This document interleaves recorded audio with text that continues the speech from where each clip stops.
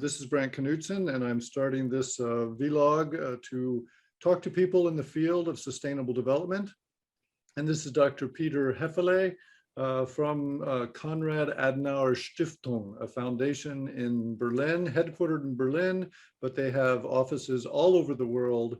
And he's here to talk to us about sustainable development and, I believe, external relations with the plans that EU has with other countries and how to work with them.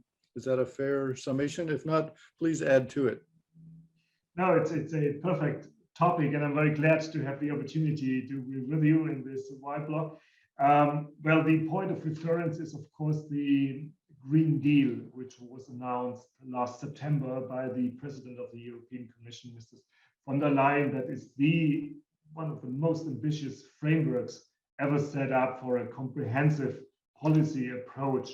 It is mainly directed to the domestic development of the European Union to enhance the speed and the effectiveness of the transformation we are all aiming.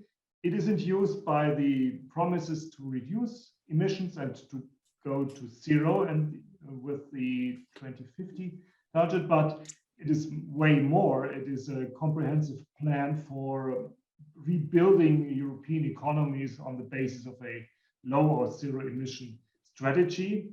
Now it is linked due to COVID with the recovery process of the European economies. This is a topic I think we can discuss a bit later in detail because this makes things even more ambitious.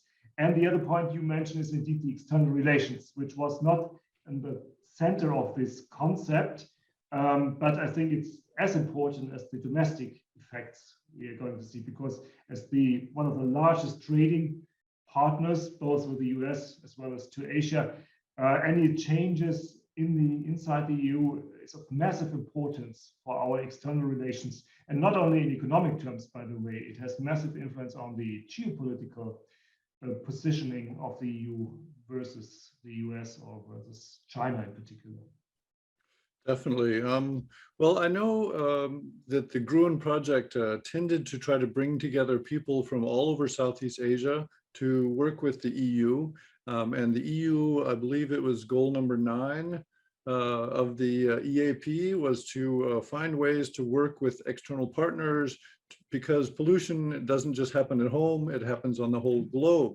So how would you speak to people from other countries such as India or Nepal, Mongolia, and kind of give them advice as to what is the EU going to do and how will it affect them and what can they do to get involved to go in the same direction as the EU?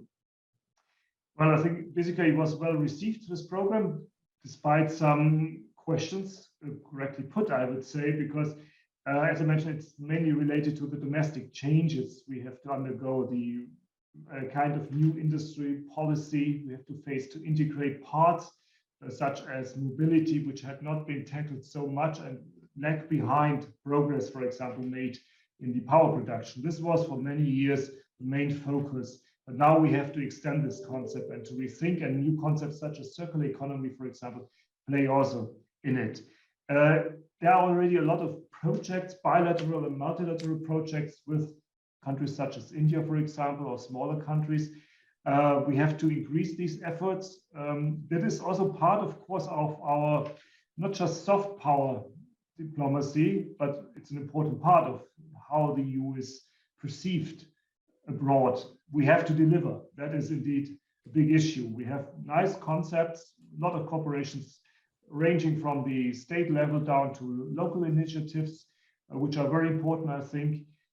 There's a lot of new ideas in urban development, for example, but at the very end, the EU has to strengthen. It is not well organized abroad to some extent. This has to be channeled through the national states as well. So big countries such as Germany or France or the Netherlands, for example, are very important partners. They have long-term relations in these fields as well. But I think we should unite now these and streamline these efforts under the umbrella of this European Green Deal initiative. Very good. I know in America, Biden is talking about a green, I think it's the Green New Deal is the phrase Yep. because of Roosevelt's New Deal. So they're trying to build on history with the Green New Deal. How do you see your plans in the EU working with the new administration in the US? Well, we have been very lucky in this respect that there was a change in the government, that we finally receive more topics which we can link in. We have followed the discussion even under the Trump administration. There have been still and remained discussions on the local level in federal states. In the United States had always been very progressive, so we didn't give up United States. But of course, I think the new administration provides a way better platform and way better channels of communication. And this goes beyond, by the way, of the EU environmental issues. This is about the strengthening of the transatlantic relations. This is a core strategic objective of both Germany, for example, as well as the EU. We hope that we also on our part can fulfill the expectations the United States have. This is more, of course, in the military sector, but I think they have, for good reasons, other expectations, and we have to come up with these promises. We can't expect much from the US if we are not willing, of course, to contribute. And the other interesting thing is, how do we cooperate in third countries or third regions, such as the Asia Pacific region? I think that is an interesting field for cooperation as well. Definitely. I don't know if you've heard much about the donut model of economics, the idea of living within your means so that the economy can grow, but not grow too fast or consume too much, so that it works within sort of a green zone of sustainability. Do you have any, how would your policies work within that framework? Well, there's a big discussion in Europe about even degrowth. It's not still the majority, and we try to overcome these limits by increasing efficiencies, replacing fossil fuels by renewables. We made big steps ahead, not so far. And even without the EU, there's much debate. If you look into Poland, for example, our neighbor, which is heavily depending on fossil fuels, there are different opinions. Or look to France, where nuclear power is still a big the largest contribution to electricity, for example. Germany is following its own way. It's not always fitting well into other European policies. I think there is way more coordination needed. We have to increase the connectivity within Europe to make this move into a renewable energy strategy, because depending solely on your own sources will not be enough. We produce not enough energy. We cannot distribute it accordingly. We are vulnerable to power shortcuts. So this can only be managed within the European framework. That is one point I see. Well, if I look to Asia Pacific, for example, it will be difficult, frankly speaking, to go into a kind of growth model which is not stretching the natural resources. I think all the scenarios we have seen, and given the demographic development, the rise of middle classes will unfortunately come along with an increased use of natural resources. They should, of course, take the opportunity to learn from the mistakes we made over the last 50, 70 years. I hope this process will occur fast enough that we do not have to have the damages we now facing and trying to overcome in Europe. It depends mainly on the big players. Of course, it's China, it's India, it's Indonesia, it's Japan. If they manage to show new models of growth, then others, in particular in Southeast Asia, will follow. If not, well, that is the big question mark. Otherwise, global efforts are really heavily damaged. I agree. You know, in a lot of these developing countries, the phone infrastructure, the communication infrastructure has basically leapfrogged landlines and jumped right into mobile phone technology. So perhaps if the developing countries could follow somewhat that model with energy, where they sort of leapfrog ahead of the mistakes we've made and move directly into hydrogen power and solar and hydro. And of course, hydro comes with its own geopolitical issues. Who gets to dam up the water, as you're familiar with, I'm sure, with Ethiopia, right? That's a big hot topic. But obviously, we should probably stay a bit away from the hot buttons in politics and focus more on sustainable development. The Green Capital Awards, this is a series of categories that I've posed to the GRUEN students in the past about where they see their own interests tying into these areas. So what would you recommend with, for example, climate change mitigation versus adaptation? How much do we have to just get used to the new way, or should we try to stop what's happening and try to hold it back to the way it was? Should we build walls and maintain coastal cities, or should we just move to the mountains and start a new city? You know, this kind of idea. And the other categories, mobility, biodiversity. What would you say on those topics?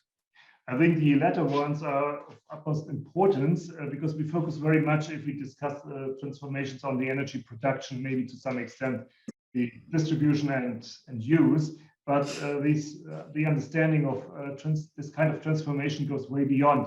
It's urban development in a very comprehensive way. For example, circular economy I mentioned, tackle other issues such as mobility, and I mentioned that in my first remark that even Europe has to go a long way to achieve those objectives.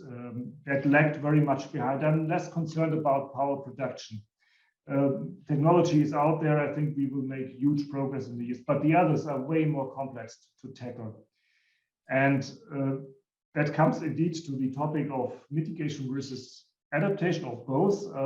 We have to acknowledge that we have probably to shift attention and resources to the adaptation issue.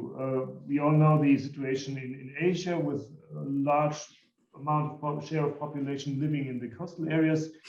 They are already now victims of these developments, and they have to adapt certain ways. Urbanization, I think, is the biggest topic in Asia, a region where urban development has not come to an end. Quite contrary, it's just on the rise. We have now urbanization rates over 50%, and this will go up maybe to 70%. So these are the main target objectives for any kind of policy. It combines both mitigation issues as well as adaptation issues as well. Thank you. Another area that a lot of the Indian students were discussing in the last cycle was when they look at some of the large, older cities who have grown organically, similar to medieval Europe, where the streets are all windy and very impractical. This is how areas of like New Delhi, Gurgaon, have grown versus cities that were planned from the start with sewage in mind and electricity and everything, the water pipes. How would you address that kind of urban planning issue so that the students could get involved and make contributions in the next 5 or 10 years? Well, so far I have never seen in Asia any convincing model. The old cities, well, have grown. They lack a lot of infrastructure.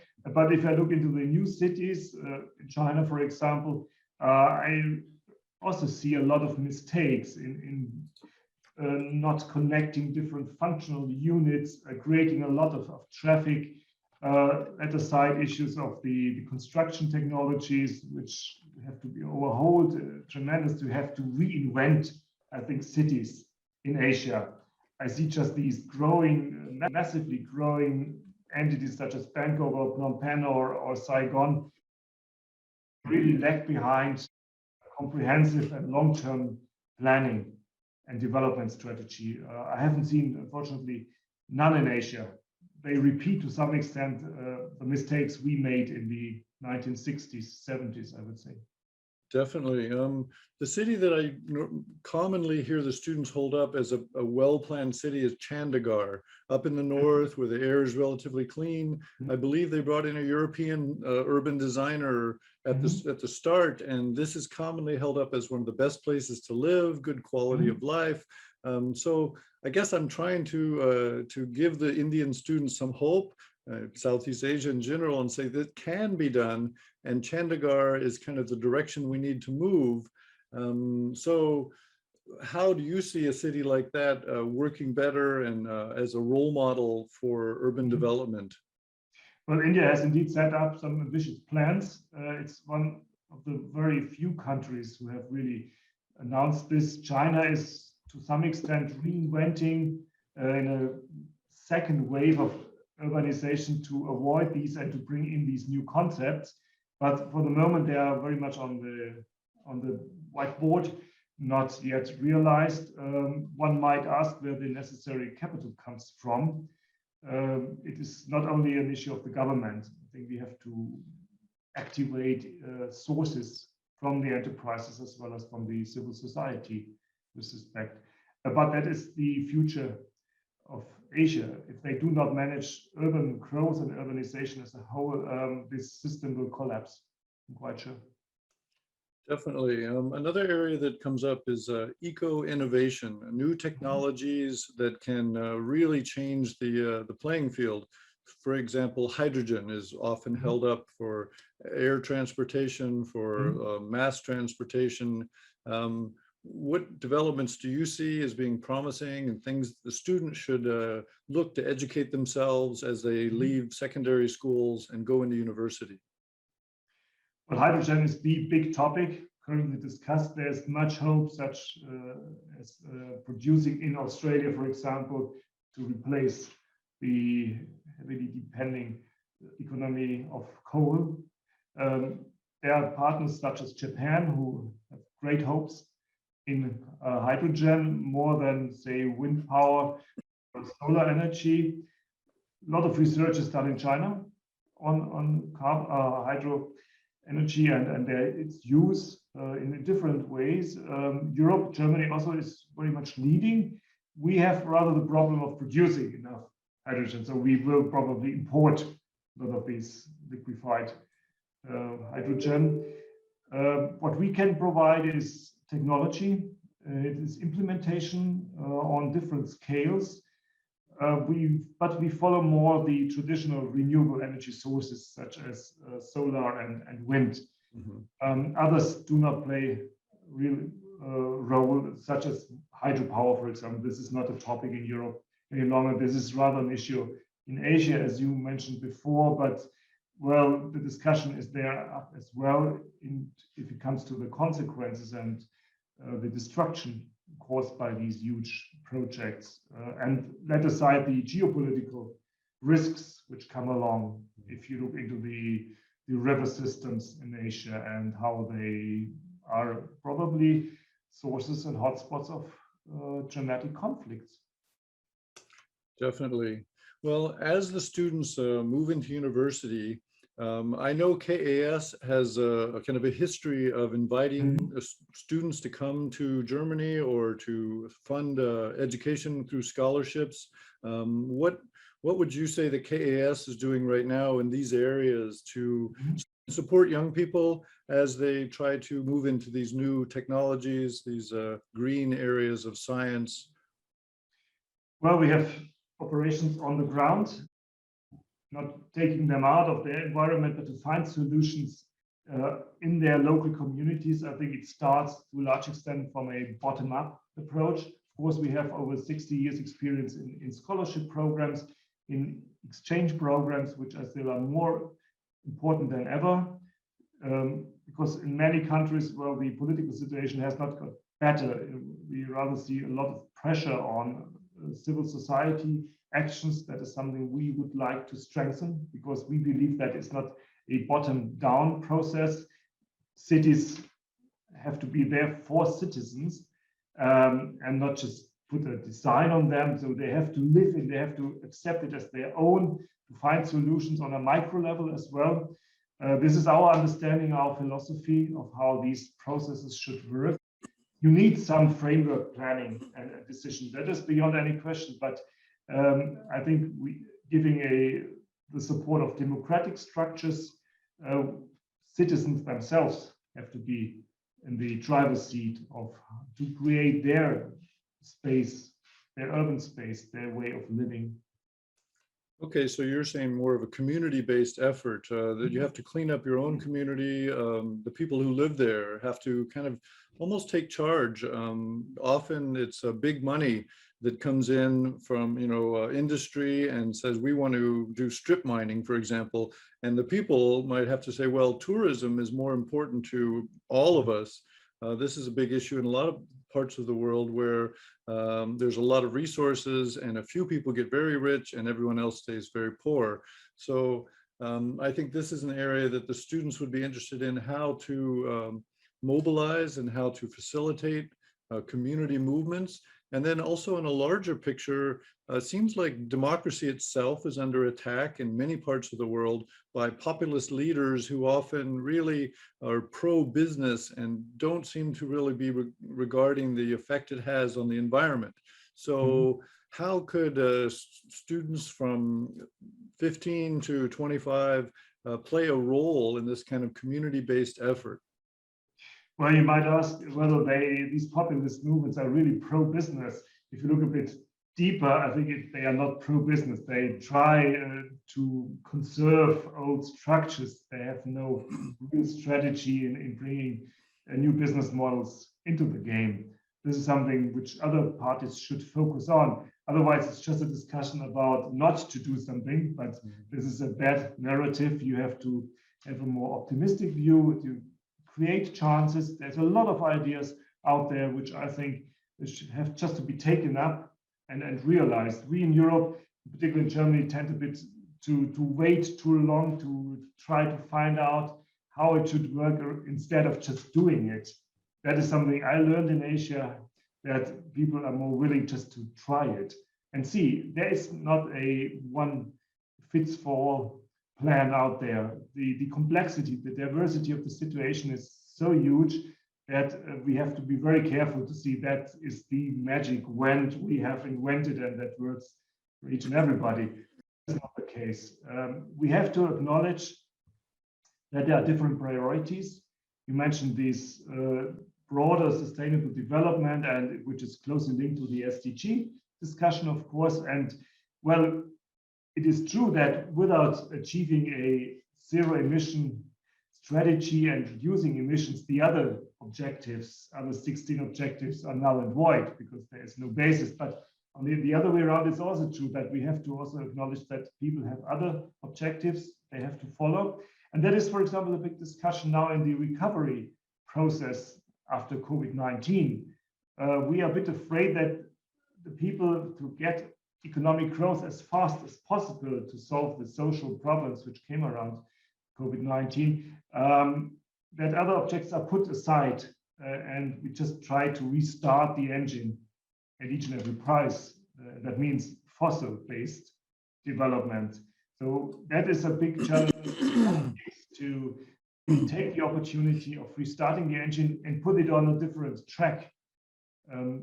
Asia is not as convincing for the moment as it should be. So we hope, and that is something we bring into our discussions, that you should not lose the momentum of this recovery process and take it as an opportunity to restart on a different track.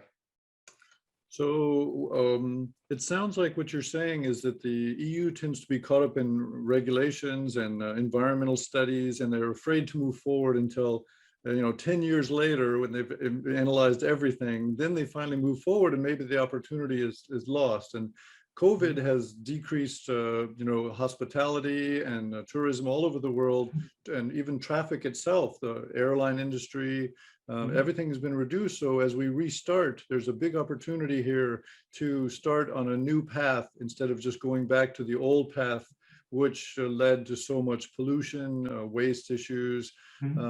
So you're saying Asia has not been convincing yet, but they could be, obviously, if they can see that the ways that the EU is wanting to go, and perhaps can even adopt those new ways more quickly than the EU, because for one thing, they have a very young population in a lot of countries. So perhaps these community-based movements need to sort of take charge and at a popular level lead this progressive drive for a new way, a better way. as opposed to the conservative just holding on to the old industries, as you pointed out. It tends to be old men who tend to hold on to power and probably therefore holding back a lot of everyone else kind of adopting a new way. I don't want to make this a gender issue, but nonetheless, when you look around at governments, it tends to be dominated, particularly in the US right now. It seems to be all old men. So how can we give space to the new younger generation, the new people coming up, different genders, different races, and make it all the resources available to adopt this new path?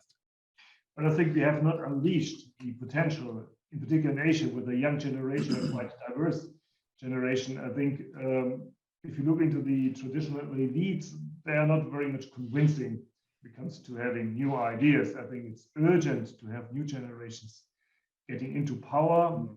It is politically very difficult if you look into most recent developments in Southeast Asia, for example, where the old regime tries to have the grip on power and not losing it.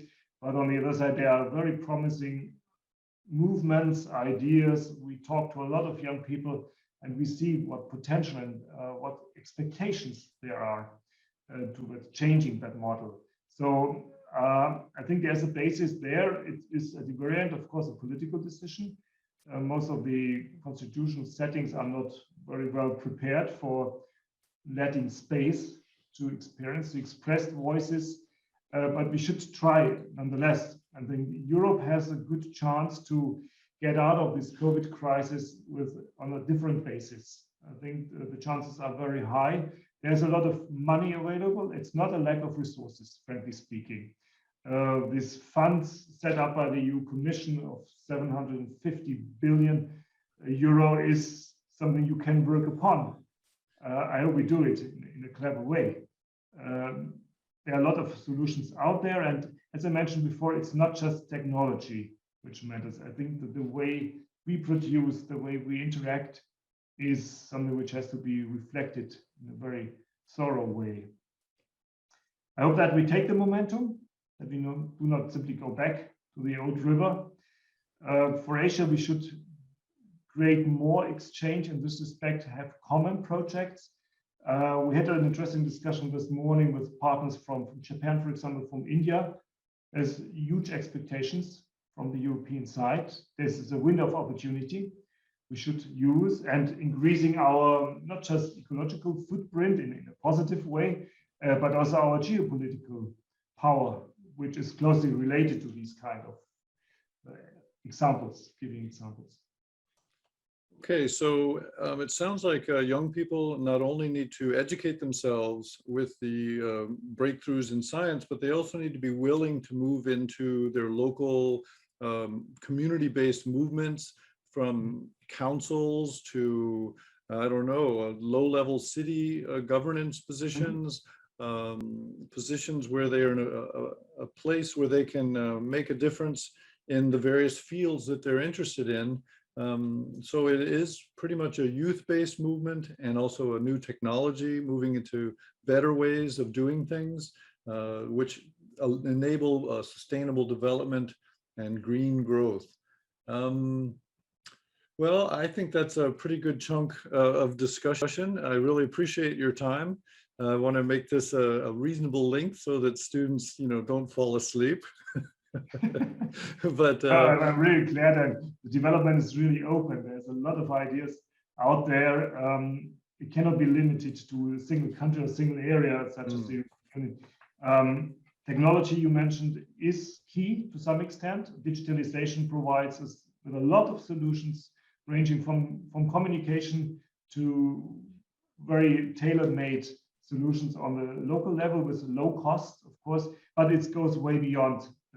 It's, as I mentioned before, it's not just the magic wand to digitalize things. They help, but it's the whole thing, the way of thinking, for example, urban spaces, which have to change. And in this respect, and I live in Berlin and I have seen the differences. There's not so much difference in comparison to 10 years ago. I was a bit disappointed when I came back from Asia. I thought there had been much more progress to be made, given the discussions we have over 2 decades or 3 decades. So even here we are a bit stuck. The traffic here is awkward. It's not so different from Asian cities.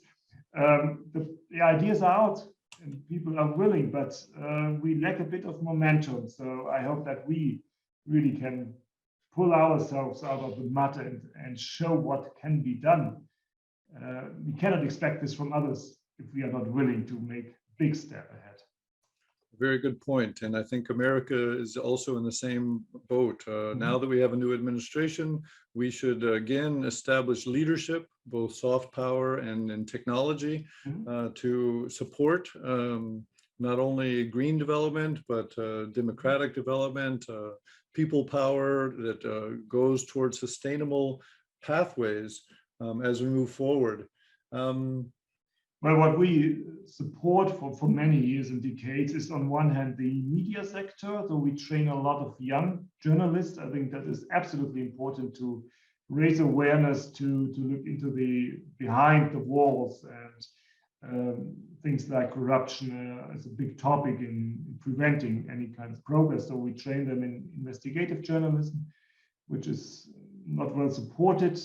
The other is supporting young politicians to create a new elite of political and societal leaders in the region. These are among the biggest networks we have on a regional level. If it comes to the countries, young people again are in the center of our efforts to train them, to expose them, to bring them into kind of exchange with Europe by scholarships, by trips in the region as well as to Europe. Fostering exchange is the only thing we can provide. Exchange students to Germany, is that what you're thinking? For example, but also the other way around.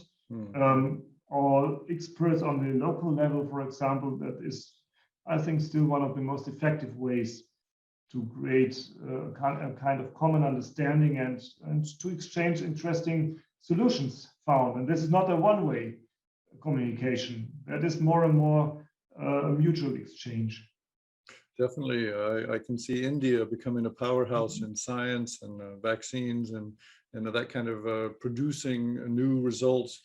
So you mentioned two areas. You support investigative journalism as this being a kind of a check on the power of government, and also to expose bad practices that may have long-term consequences. And then you also mentioned political, where you encourage young people to get into politics so that they can make a difference and kind of be the new wave of leaders. That's interesting results we have. It's less bound to party politics, which is the European way. But in Asia, parties, political parties do not play that role, have different function. So we focus very much on individuals, which we think have the potential to make a difference, both in politics or in other fields of civil engagement, and connecting them in the region, because the lack of communication within the region is really a big obstacle in any progress, in particular, for example, in Southeast Asia. Definitely. I think India alone, a lot of my students in this current cycle are going to be from India, and just getting them in touch with each other from different regions, maybe across ideological boundaries, can lead to a better solution for not only India, but for the world.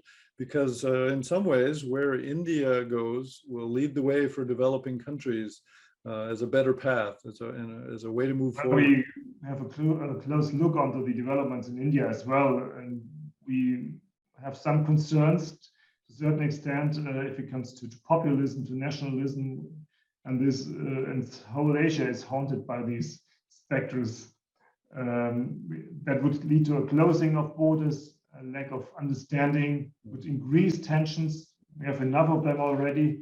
So this is something we actively work again to keep borders, to keep windows open. That's what we can contribute on side of the foundation. Well, that's about it, I think, for me. I really appreciate your time, Dr. Hefele.